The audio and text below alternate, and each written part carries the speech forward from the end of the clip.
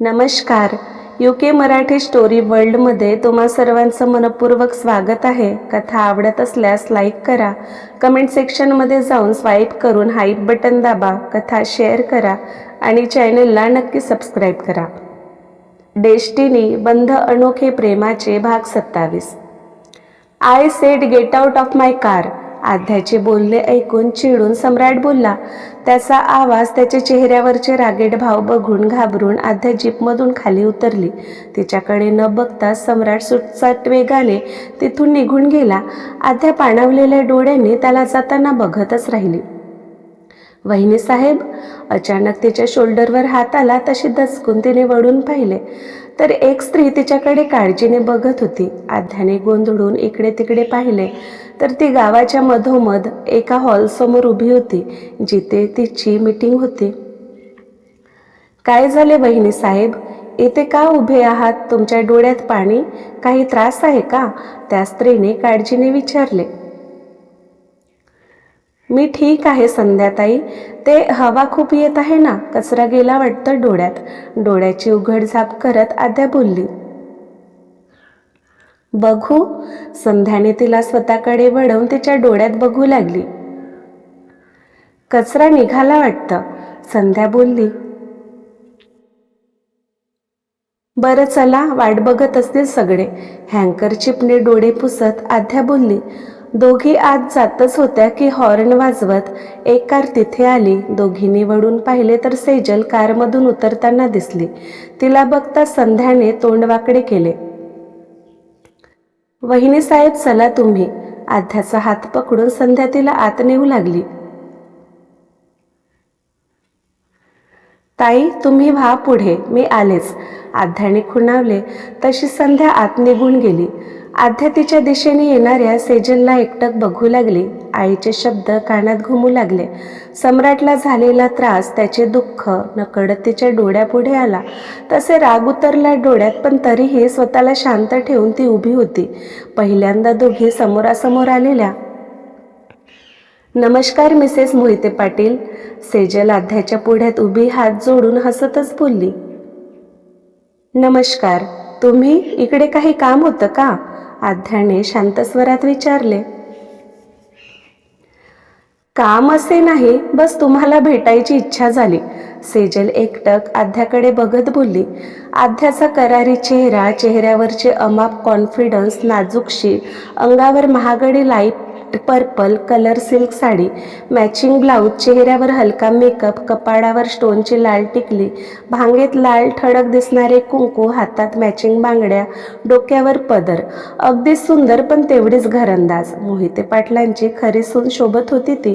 नकळत सेजल तिच्याशी स्वतःची तुलना करू लागली. अच्छा, बोला मग कशासाठी भेटायचे होते? आध्या निर्विकार चेहरा ठेवून हाताची घडी घालत बोलली. तसे सेजल भानावर आली. आध्याच्या चेहऱ्यावरचा घमंड आणि तिची बोलण्याची टोन ऐकून सेजलचा राग अनावर झाला. तू समजतेस कोण ग स्वतःला? मोहिते पाटलांची सून झालीस म्हणून स्वतःला ग्रेट समजायला लागलीस का? असे दीड दमडीची समाजसेवा करून सक्षम व्हायला जिंकवून देशील वाटलेच कसे तुला? मी सेजल देशमुख आहे, सहजच हार मानत नसते. मला जे हवं ते मिळवूनच राहते. सेजल आध्याच्या डोळ्यात बघत चिडून बोलली. हे बघा, मी तुमच्याशी शांत स्वरात बोलत आहे. याचा अर्थ असा नाही की तुम्ही काहीही बोलावे. आणि राहिली गोष्ट मोहिते पाटलांची सून असण्याची, तर हा मान प्रत्येकालाच मिळत नाही. त्या बाबतीत मी खूप लक्की आहे. शेवटी डॅशिंग, रावडी, सगळ्यांच्या आवडत्या सम्राट मोहिते पाटलांची बायको आहे मी. स्वतःला थोडं ग्रेट समजणं तर बनतोच, आणि समाजसेवा तर मला आवडते हे काम करायला. सक्षमबाई त्यांच्या कार्याने, कर्तृत्वाने जिंकून येतील, ना की माझ्या समाजसेवेने. आणि हारजीत तुम्ही किंवा मी नाही ठरवू शकत. जनता त्यांचा निर्णय घेतील. तुम्हाला जे योग्य वाटते ते तुम्ही करा, आणि मला जे योग्य वाटेल ते मी करते. आपले मार्ग वेगळे आहेत. तुम्हाला भेटून खूप आनंद झाला. चला, मला भरपूर काम आहेत. नशिबात असेल तर परत भेट होईल आपली. बाय. तिच्याकडे हसून बघत आध्या आत निघून गेली, तर सेजल आवाजून तिला जाताना बघतच राहिली. मग भानावर येत पाय आपटत ती कारमध्ये बसून निघून गेली. दूर उभा बॉडीगार्ड रघुने केलेले व्हिडिओ शूट सम्राटला पाठवले. त्याच्या कामात व्यस्त असलेला सम्राट मेसेज टोन वाचताच त्याची नजर मोबाईलकडे गेली. रघुचा मेसेज बघून त्याने घाईने ओपन केले तर सेजल आध्याला समोरासमोर बघून तो शॉक झाला. त्याने घाईने रघुला कॉल केले. ती सेजल कशी आली तिकडे? काही बोलली का ती तुझ्या वहिनीला? काहीसा बेचैन होत केसातून हात फिरवत सम्राट बोलला. दादासाहेब, तुम्ही व्हिडिओ पाहिले नाही का? रघुने जरा गोंधळून विचारले. नाही, सम्राट बोलला. अहो मग बघा ना, तुमच्या सगळ्या प्रश्नाची उत्तरं मिळून जातील. हसतच रघु बोलला. तसे सम्राटने कॉल कट करून व्हिडिओ प्ले केले. आध्याचे एक्सप्रेशन, तिचे टशन, तिचे शब्द ऐकून सम्राटच्या ओठावर नकळत हसू फुलले. आमची वाघीण, तिच्या फोटोवरून हात फिरवत सम्राट पुटपुटला. एवढीच वाघिणीची काळजी आहे तर मग नाराजी का भाई? भाभीची काळजी म्हणून रघुला त्यांच्याकडे पाठवले. आत्ताही चोरून त्यांची स्तुती करत आहात आणि समोर असले की त्यांच्याकडे बघणं तर दूरच, साधे एका शब्दाने बोलत नाही. वीर घसा साफ करत त्याच्या पुढ्यात उभा झाला. बायको आहे ती आमची, आम्ही तिच्याशी कसे वागायचे हे तू आम्हाला शिकवू नकोस. वीरकडे रोखून बघत सम्राट बोलला. अच्छा, कळले. म्हणजे आमचे प्रिय भाई आमच्या लाडक्या भाभीकडून लाड पुरवून घेत आहेत तर? वीर डोळे मिसकावत बोलला. तसे हलके हसू फुलले सम्राटच्या ओठावर. पण दाखवेल ते सम्राट कसला? तू आता पडतोस का? आणि आज तू बरी तुझ्या लाडक्या भाभीला एकटे सोडलेस? जा ना, तिला तुझी गरज असेल. तोंडवाकडे करत सम्राट बोलला. ते काय आहे ना भाई, आमची भाभी तुम्हाला मनवण्याचा एवढा प्रयत्न करत आहेत. कशाला उगाच कबाबमध्ये हड्डी? आम्ही आज इथेच ठीक आहोत. तुमची बायको तुम्हाला काय करायचे ते तुम्ही बघून घ्या. आम्ही तर आज जाणार नाही त्यांना घ्यायला. खांदे उडवत वीर सोफ्यावर बसला. तेव्हाच रघुही तिकडे आला. दादासाहेब, तुम्ही बोलावले? आत येत रघु बोलला. सम्राट भुवई उंचावून त्याला बघू लागला. तुला मी फोन केले? त्याच्याकडे रोखून बघत सम्राट बोलला. तसे वीरकडे बघत रघुने नकारात मान हलवली. भाई आम्ही बोलवलं त्यांना, आम्हाला काम आहे. आध्या वहिनीला तुम्ही घरी सोडाल प्लीज? आत्ताच निघा, मीटिंग संपतच आली असेल त्यांची. मोहिते पाटलांची सून रस्त्याने चालत जाणार, तेही भर उन्हात बरं दिसेल का? वीर त्याच्याकडे बघत बोलला. हो का? मग हे रघुला इकडे बोलावण्याच्या अगोदर नाही कळले का तुला? त्याच्याकडे रोखून बघत सम्राट बोलला. तसे वीरने नजर चोरून जीभ चावली. आम्हाला सगळं कळत आहे तुमचे प्लॅन, पण लक्षात ठेवा एवढ्यात तरी तुझ्या भाभीला माफी नाही. बोलून सम्राटने कारकी घेत बाहेर निघून गेला. तुम्ही माफ करा अथवा नको, पण काळजी तर आहे ना? रघुला टाळी देत वीर हसतच सम्राट गेला त्या दिशेने बघत पुटपुटला. तुम्ही पण ना छोटे, विनाकारण दादासाहेबांना डेवचत असता. बरे झाले मार नाही पडला आपल्यावर. रघु हसतच पुटपुटला. मार कसा पडेल प्रश्न भाभीचा आहे. त्यांच्याकडे ओढले जात आहेत पण दाखवणार नाही. खडूस भाई, तोंड वेंगाडत वीर बोलला.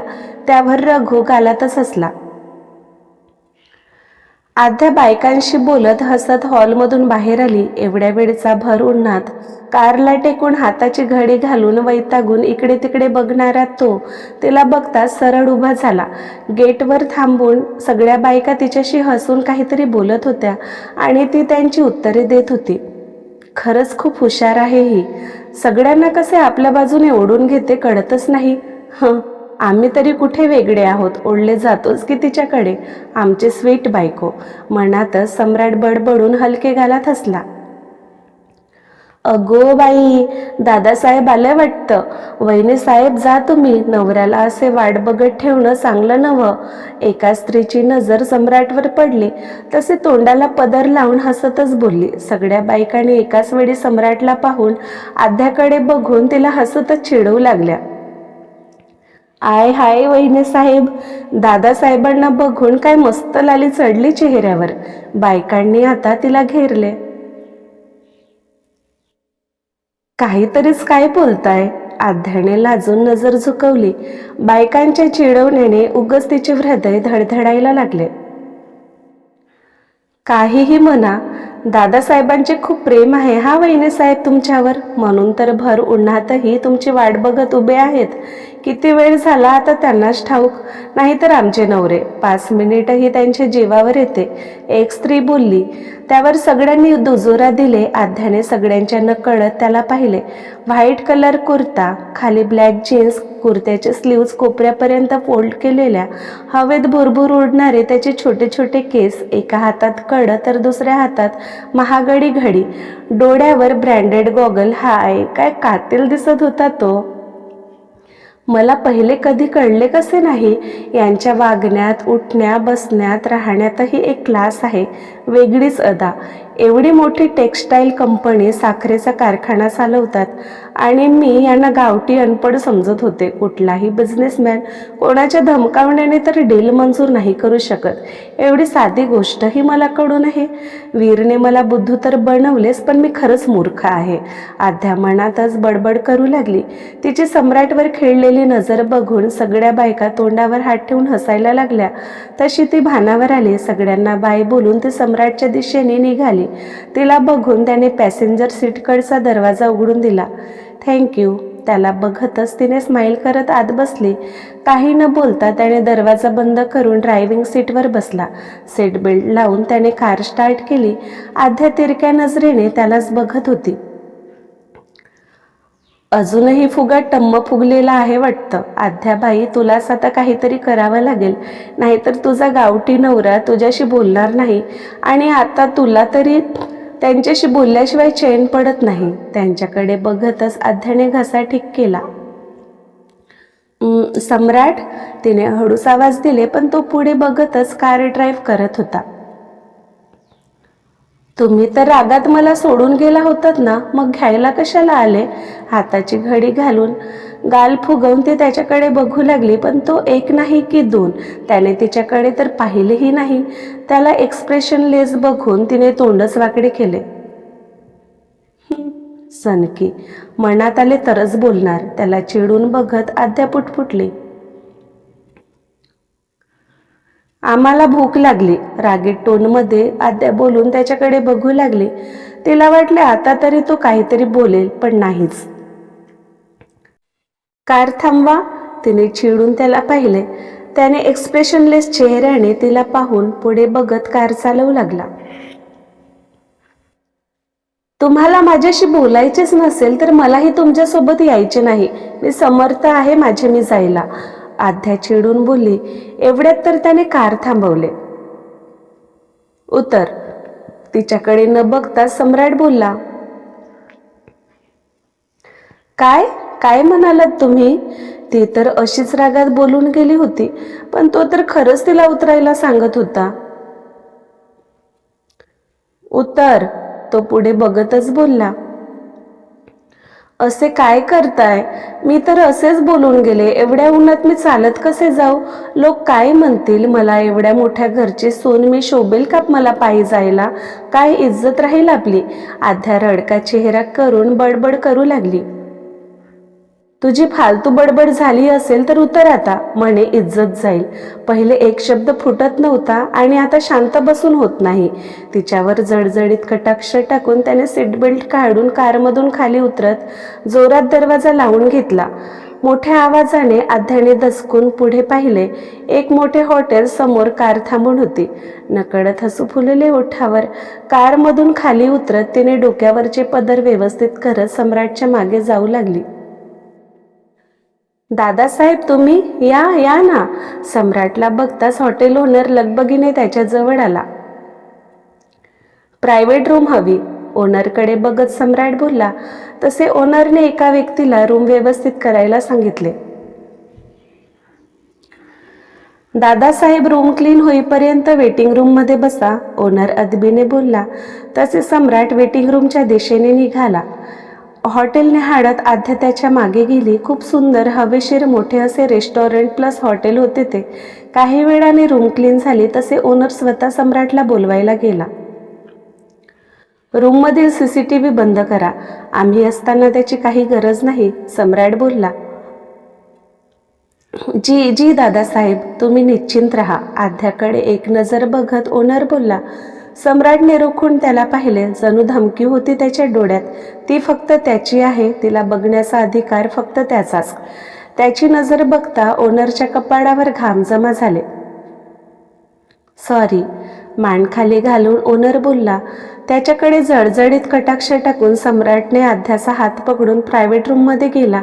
तो नजरेआड होताच ओनरने सुटकेचा श्वास घेत रुमालाने कपाळावरचा घाम टिपले. लगेच कंट्रोल रूममध्ये जात त्याने सम्राटच्या रूमचे CCTV बंद करायला सांगितले आणि त्याच्या हॉटेलमधील बेस्ट वेटरला त्यांना अटेंड करायला सांगितले.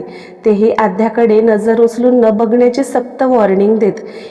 एकदाच्या सगळ्या सूचना देऊन तो त्याच्या खुर्चीवर बसला. रूममध्ये जाताच सम्राटने तिचे हात सोडले आणि एका खुर्चीवर जाऊन बसला. आध्या नाराजीत त्याच्याकडे बघत त्याच्या पुढ्यात बसली. त्याने मूकपणे तिच्या पुढ्यात मेनू कार्ड सरकवले. तिने उघडून पाहिले.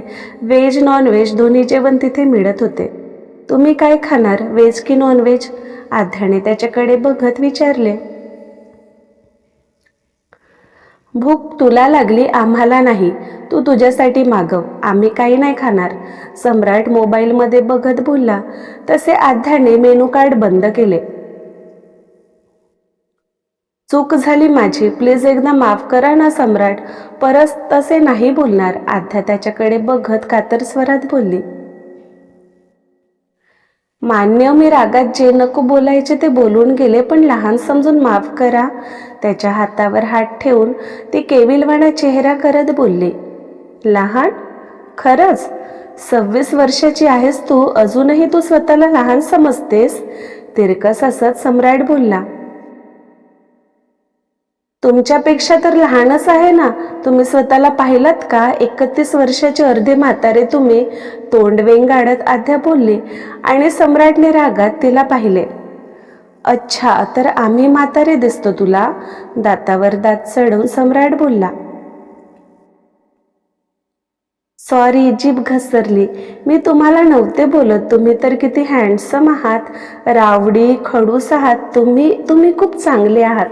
माझ्याकडे तर शब्दच नाही तुमची स्तुती करायला. आध्या घाबरून बोलतच सुटली. अच्छा, म्हणजे आम्ही खडूस? सम्राट गालात हलके हसून बोलला.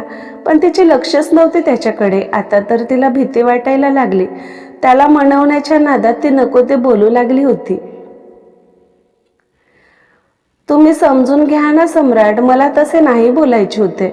मी तर फक्त माफी मागत आहे. मला नाही होता अबोला सहन. आध्या आता रडायलाच लागली. तिचा कातर स्वर आणि डोळ्यातील पाणी बघून त्याचे मन वितळले. बरं, मग आमची माफी मिळावी म्हणून तू काय करू शकतेस? तिच्याकडे बघून सम्राट बोलला. तसे तिने चमकून त्याला पाहिले. तुम्ही जे म्हणाल ते करायला तयार आहे मी, डोळे पुसत आध्या हलके हसत बोलली. ठीक आहे मग. आम्हाला उलट बोललेस, आमचा अपमान केलेस, आमच्यावर नको ते आरोप केलेस, आम्हाला म्हातारा खडूस बोललीस, मग त्याची शिक्षा तर बनतेच. सम्राट तिच्या डोळ्यात आरपार बघत बोलला आणि तिच्या गालावर झरझर लाली पसरली. हृदयाची धडधड वाढली. ओठावर लाजरे हसू फुलले. तू तयार आहेस? तिच्याकडे बघत सम्राटने विचारले. तसे तिने लाजून नजर खाली झुकवली. तिच्या हाताला पकडून त्याने तिला उभे केले. सम्राट प्लीज, इथे नको, आपण बाहेर आहोत. आध्याने घाबरून डोळे मिटले. तिला जवळ ओढून घेत त्याने तिला मांडीवर बसवले. आम्ही काही करतच नाही आहोत. जे करायचे ते तू करणार आणि हीच तुझी पनिशमेंट. तिच्या पोटाभोवती दोन्ही हाताचा विडका घालून अडूस तिच्या कानात पुटपुटला. सम्राट प्लीज, इथे नाही, कोणी येईल. डोळे मिटून घेत आध्या घाबरून पुटपुटली. तेव्हाच एक वेटर दरवाजा उघडून आत आला. दोघांना असे जवळ बघून तो दारातच थबकला. सम्राटने नजरेनेच त्याला जायला खुणावले. तसे तो घाईने बाहेर निघून गेला. तुला माफी हवी तर जे करायचे ते आताच करावं लागेल. सम्राट हळूवार पुटपुटला. तसे तिचे शरीर एकदम थरथरायला लागले. तिने वळून त्याला पाहिले तर तो एकटक तिलाच बघत होता. डोळ्यात तेच नेहमीचे खट्याळ भाव सोबत चॅलेंजही. त्याची माफी तर हवी होती आणि तो माघार घेणार नाही माहीत होते तिला. तिने डोळे मिटून हळूवार त्याच्याकडे झुकत त्याच्या गालावर ओठ टेकवले आणि सम्राट सुन्न. तो तर नेहमीप्रमाणे तिला छेडत होता, पण आध्याची एक छोटीशी मूळ त्याच्या इच्छा जागृत करायला पुरेशी होती. त्याने तिला पाहिले तर ती अजूनही डोळे मिटून होती. त्याने हळूच तिच्या गालावर अंगठा रब केला. आवंडा घेऊन तो एकटक तिच्या ओठांना बघू लागला. 2 दिवसाचा तिचा दुरावा 2 वर्षासारखा वाटून गेले त्याला. याला आम्ही तुझी संमती समजू शकतो? सम्राट हलके पुटपुटला. तसे धस्स झाले तिला. अगदी सुन्न, डोकं काम करेनासे झाले. त्याने हळूच तिचे डोक्यावरचे पदर दूर सारले. एकटक तिला बघू लागला. किती सुंदर दिसत होती ती. तिचे दिसणे, बोलणे, तिचे त्याला मनवणे, सेजलला योग्य तो उत्तर देणे. आज किती रूप पाहिली होते त्याने तिची. मनात असूनही तो स्वतःला तिच्यावर प्रेम करण्यापासून रोखू शकला नाही. हळूवार झुकत त्याने हळूच तिच्या ओठांवर त्याची मोहर उमटवली. हळूवार तिच्या ओठांवर ओठ फिरवून त्याने तिचे बंद ओठ विलग केले. तिचा खालचा ओठ त्याच्या ओठात घेत तो हळूवार रसपान करू लागला. हळूच त्याची जीभ तिच्या जिभेला भिडली आणि हळूवार सुरू असलेली त्याची केस कधी डीप झाली त्यालाही कळले नाही. पहिले तर आद्या नेहमीप्रमाणे सुन्न झालेली, पण तो लगेच दूर होईल या विचाराने तिचे मन खट्टू झालेच की त्याचा पवित्रा बघून ती पुरती शॉक झाली. आज त्याने त्यांच्या नात्यात एक पाऊल पुढे टाकले होते, ज्याची वाट ती गेल्या कित्येक दिवसापासून बघत होती. तिच्याही नकळत तिचे हात त्याच्या केसातून फिरू लागले तर जमेल तसे तीही त्याला प्रतिसाद देऊ लागली. दोघी कितीतरी वेळ त्यांच्यात गुंतले होते. श्वास घ्यायला त्रास झाले तसे तिने हळूच त्याला पुश केले आणि तो भानावर आला. तिच्या दूर होत तो एकटक तिला बघू लागला. तसे तिने लाजून त्याला मिठी मारली. आम्हाला आवडले तुझे हे मनवणे. आम्ही जेव्हाही नाराज होऊ तेव्हा तू आम्हाला असेच म्हणव. तिला मिठीत कवटाळून घेत सम्राट हसतच पुटपुटला आणि ती अधिकच लाजली. क्रमशः. तर आजचा भाग कसा वाटला कमेंटमध्ये नक्की सांगा. लवकरच भेटू पुढील भागात. नमस्कार.